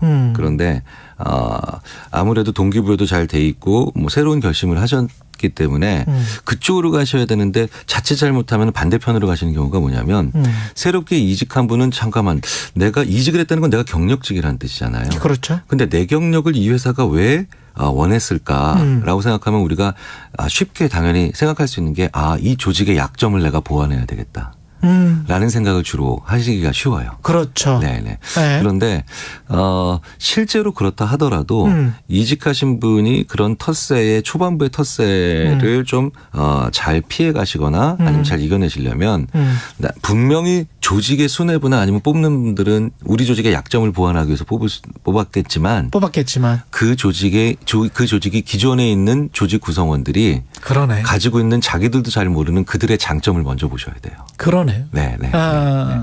필연적으로 그러면 대화가 이런 거 있죠. 그래야 화합이 되겠네요. 네. 나도 잘 모르는 우리의 장점, 우리도 잘 모르는 우리의 장점을 얘기해 주는 사람과 어떤 욕구가 생기냐? 바로 말씀드렸던 협동의 욕구가 생기거든요. 협동의 욕구. 네네. 그래서 이 회사에는 다른 회사에 넣으면 이런 게 있네요. 라고 하면 그래요? 다른 데는 이런 게 없어요? 라고 하면서 그러게요. 어떻게 이런 좋은 장비가 있고 어떻게 이런 좋은 것들이 있는지 모르겠네요. 그럼 조직이 혹은 기존 구성원들이 뭘 하기가 좋아지냐면 그럼 그거 당신이 해보세요. 그러니까 그 사람한테 역할을 부여하기가 쉬워지거든요. 그럼 자기가 어떤 네네. 특정한 고유한 역할을 부여받게 되고. 네네. 예. 제가 흔히 이런 얘기를 드립니다. 텃세 많이 부리는 조직의 특징 중에 하나가 바로 뭐냐. 직책은 명사적으로 분명한데 자기가 하는 일과 조직에 대한 기여도는 불명확할 때. 그게 텃세 부리기 제일 좋은 상황이에요. 어떤 조직이 계속 생각이 나는데 말씀 안 드리겠습니다. 예. 뭐 우리 모두가 조금씩 가지고 있습니다. 측면이기도 하죠. 굉장히 큰 회사들 있지 않습니까? 네네. 큰 회사들은 본부별 또는 사업 부문별로 굉장히 좀 나눠져 있거든요. 그렇죠. 근데 이제 가령 협업이 필요한 경우가 굉장히 많잖아요. 네네. 우리 사실 정부 부처도 마찬가지입니다. 네네. 정부 부처에서 어떤 특정 고시를 본 사람이 다른 쪽의 그 부처에서 살아남기가 쉽지가 않거든요. 특히 기술고시 본 분들이 그런 이야기를 많이 하던데 행정고시에 비해서 또 소수기 때문에 네네. 이런 것들은 어떻습니까? 똑같은 정부, 똑같은 기업인데 부문별로 그렇게 텃세를 부린다. 예. 제가 예전에 있었던 어떤 자문을 드렸던 한 기업이 마찬가지 비슷한 이유로 되게 이제 고민이 많으셨는데 예. 근무 시간을 좀 줄였어요. 그리고 근무 시간을 좀 줄인 대신 회사 밖에 있는 다른 지역에 있는 주민들과 뭐 북토크를 한다든가 아니면 뭐 공부 모임을 가진다든가 이런 걸 좀 많이 장려를 해줬어요. 예. 근데 갑자기 엉뚱하게도 의외로 그런데 방금 전에 말씀하셨던 그런 현상이 많이 사라지더라는 거죠. 왜 그런가 봤더니 결국 저희들이 추적을 해봤더니 우리가 굉장히 많은 경우에 자기랑 같은 일을 하는 사람들과만 대화를 합니다. 맞아요. 네. 네. 그러다 보니까 용어와 약어에 굉장히 함몰되기가 쉬워요. 그런데 북토크나 아니면 독서 토론회 같은 데 가가지고 뭐 하세요? 사무관님? 이랬더니 저는 이런 일 합니다. 근데 그게 뭐예요? 그러니까 용어와 약어를 쓰지 못하는 상황에 들어가니까 그렇지. 그걸 누구나 알아들을 수 있는 말로 자연스럽게 풀어내더라는 거죠. 경직된 조직에서 경직된 조직 문화에 갇혀 살다가 사람이 말랑말랑해지는 경험을 스스로 해봐야 되는 거예요. 그러니까 언어가 바뀌는 거예요. 이거를 조금 굳이 그런데도 어려운 말로 표현하자면 영역 특정적 전문 용어를 영역 보편적 일반 언어로 바꾼다. 맞아. 자, 근데 보시면 아시겠지만 계속 자기들끼리 막 이제 자기네들끼리만 대화하는 그런 분들이 토론 나오면 딱 특징이 있어요. 그 용어 아냐고. 그렇지. 그러니까 그 용어에 대해서 그러니까 용어 싸움이 돼버려요. 그러면서 이제 토론에 실패를 하게 되는 거죠. 그렇죠. 그러니까 토론이 아니라 무슨 퀴즈 대회처럼 이게 변하는 경우가 되게 많은데 그러면서 나중에 또 나와서 그럽니다. 그런 말도 모르는 인간이 말이야. 그러네. 네. 그러니까 누구나 알아들을 수 있는 쉬운 말로 자기 것을 풀어낼 수 있는 능력을 근무 시간을 거기서는 근무 시간을 좀 줄이니까 그게 2차적으로 가지게 됐던 거죠. 근무 시간을 줄이면서 오히려 자아 개발인 거죠. 이것도 자아 개발을 할 수 있는 어떤 기회를 훨씬 더 늘려주면 외부 사람들과. 그렇죠. 그래서 내가 하는 전문적인 일 혹은 내 분야의 일을 하다가도 다양한 사람들, 내 분야를 전혀 모르는 사람들 혹은 나랑 전혀 다른 일을 하는 사람들과도 자기 일에 관련된 대화를 자연스럽게 많이 나누는 그런 문화가 그 조직에 정착이 되거나 아니면 장려가 되면 필연적으로 막혔던 장벽들이나 아니면 터스들이 조직 내부에서 그러니까 조직 외부의 만남을 장려했더니 조직 내부의 벽이 허물어지는 그런 아주 긍정적 효과들이 많이 일어나죠. 이게 사실 우리가 노동 유연성 하는데 노동 유연성을 저는 찬성을 합니다만 사회 안전망이 서구처럼 조금씩 더 증폭되는 상황에서 그 노동 유연성은 찬성하는데 노동자들이나 직장인들이 느끼는 다른 회사로 가기 싫다라고 하는 게 서구와는 달리 한국이나 일본의 어떤 정년 보장의 문화 그리고 그 이후에 생기는 어떤 이 조직인 그리고 이 조직에 밖으로 가면 이게 너무 강해서 이직이 아주 편한 그리고 그게 자연스러운 서구랑 달라서 노동 유연성이 오히려 떨어지는 거 아닌가 문화적인 것 때문에 그래서 그거를 밀을 먹는 문화와 쌀을 먹는 문화로 대변하기도 하죠. 왜냐하면 쌀이 보다 더 관계적이죠. 쌀을 재배하는 것은 밀을 재배하는 것보다 훨씬 더 관계적이고 그다음에 옆에 있는 사람과 긴밀한 관계를 가지고 있어야 되기 때문에 그렇게 이제 주로 먹는 곡물에 의해서 우리가 이제 구분하는 학자도 있기는 한데요. 확실히 우리나라는 이직도 사람 때문에 하는 경우가 많고요. 그리고 이직한 새로운 직장에서도 사람 때문에 힘든 경우가 많습니다. 심지어는 갔다가 다시 돌아온 그러니까 최근에는요 정말 많은 경우가 재입사자들이 정말 많아요. 돌아온 분들. 그 돌아온 분들에 대해서 또 부리는 텃세도 또 새롭게 우리가 볼 수가 있죠. 네. 그런데 거기에는 굉장히 재미있게도 내가 회사를 바라볼 때는 나는 일하고 돈 받는데. 그런데 마찬가지로 그렇게 봐야 될 내 동료들은 나한테 왠지 배신한 것 같은 느낌. 이런 것들이 약간 과도기적이죠. 과도기적인데요. 그러네요. 재밌는 건 이 텃세가요. 꼭 그런 건 아니지만 그래도 더 후속 세대, 더 젊은 세대로 갈수록 의외로 그 텃세라고 하는 것이 더 빠르게 사라지고 있는 것도 사실이에요. 이 세대별로도 분명히 차이가 있는 것 같습니다. 왜냐하면 조직에 대한 충성도가 약해라고 아쉬워하시면서도 텃세는 좀 덜 부리지 않나요? 라고 하면 그렇네 라고 하는 분들이 많다는 거죠. 지금 보면 ICT 기업 쪽은 제가 보기에 확실히 그런 문화가 있는 것 같고 이직이 굉장히 좀 자유롭고 전혀 그런 거를 구애받지 않고 생각하는 것 같고 전통적인 기업들이 그러니까 전통적이다라고 하는 말에는 그게 있죠. 더 이상 확장이 안 될 거다. 더 이상 성장이 이제 가능하지 않다라고 보는 거죠. 과거의 중후장대 기업들. 네. 그래서 또 다시 한번 말씀드리지만 그러니까 성장하자, 발전하자, 저기로 가자. 이런 쪽으로 우리 한번 나아가 보자. 그런 비전이나 아니면 그런 갈 길을 보여주는 리더십이 그 무엇보다도 필요할 때예요 지금. 조직이 잘 되려면 리더십이 정말 중요합니다. 계속 교수님이 나오실 때마다 그거는 굉장히 강조를 하시는데, 예. 류진현님은 교수님은 챗 GPT 사용하신다면 무엇을 물어보시나요? 궁금해요. 이렇게. 저도 솔직히 말씀드리면 네. 제 이름 쳐봤고요. 네. 네, 그런데 뭐 안 나오더라고요. 네. 안 나오고 네. 저는 가끔 이제 이런 재밌는 질문합니다. 인생은 무엇이라고 생각하니 뭐 이런 것부터. 네네. 철학적인 질문. 네네. 네. 그다음에 제일 예쁜 강아지는 어느 강아지일까? 뭐 이런 되게 좀 아주 추상적인 질문과 아주 구체적인 질문을 네. 번갈아 가면서 한번 해보는 걸 좋아합니다. 아까 그 쌀문화 이야기를 하셨는데 어떤 분이 지금 조금 질문을 올려주시겠습니까?